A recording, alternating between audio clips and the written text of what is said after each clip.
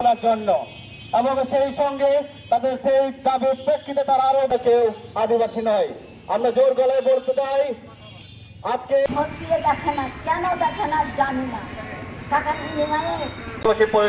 পরিষদের উপদেষ্টা জনাব বঙ্গোপাধ্যায় সরকার, কারণ আমাদের এলাকায় আমরা চেয়ারম্যান মেম্বারকে বলেছি, কিন্তু তারা আমাদেরকে আমরা চাই যেন আমাদেরকে রাস্তা ছেড়ে দেয়।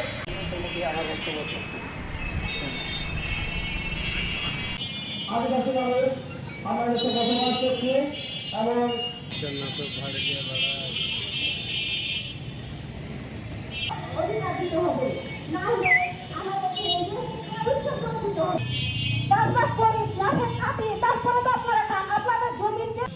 ওভাবে যদি আমাদেরকে এখানে না রাখেন তো আপনারা ভালো ওনারা বলবে সেটা আমরা মেনে নেব। আমাদের পরে এত নির্যাতন এত বাংলাদেশের কমিউনিস্ট পার্টি আপনাদের সাথে বহুদিন থেকে আছে। পদক্ষেপ নেব। এখানে পুলিশ প্রশাসনের সম্প্রদায় যারা আছেন, যারা আমরা তাদের পাশে দাঁড়াই, ন্যায্যতার ভিত্তিতে আমরা কথা বলি। আমাদের কোনো পাতায় এটি ছিল, কিন্তু এনসিটিভি কর্তৃপক্ষ গুটি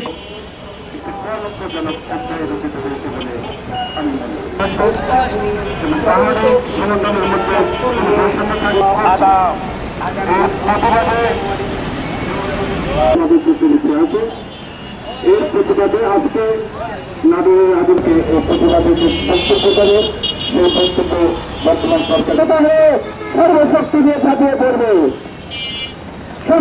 দল এক, মানব জাতি এক, ধর্ম কোনো কিছু সম্ভব না।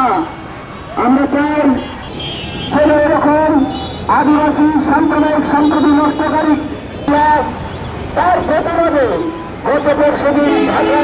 আজকে সারা বাংলাদেশে নারী নির্যাতন থেকে শুরু করে জরিমানা ব্যবহার করা যাবে না।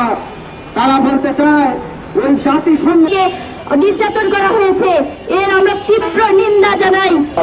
খুবই দুঃখজনক যে আমরা একটা স্বাধীন রাষ্ট্রে বসবাস করি। বর্তমান সরকারকে সতর্ক থাকার জন্য আমি অনুরোধ জানিয়ে আমরা কেন হচ্ছি, আমরা কেন লাঞ্ছিত হচ্ছি সমাধান করতে হবে। এইভাবে আমার বক্তব্য শেষ করতে চাই। তাদেরকে অতি তাড়াতাড়ি তাদেরকে ধরে দিচ্ছে। এই হামলার বিষয় আমাদের আসলে দুঃখজনক বিষয়।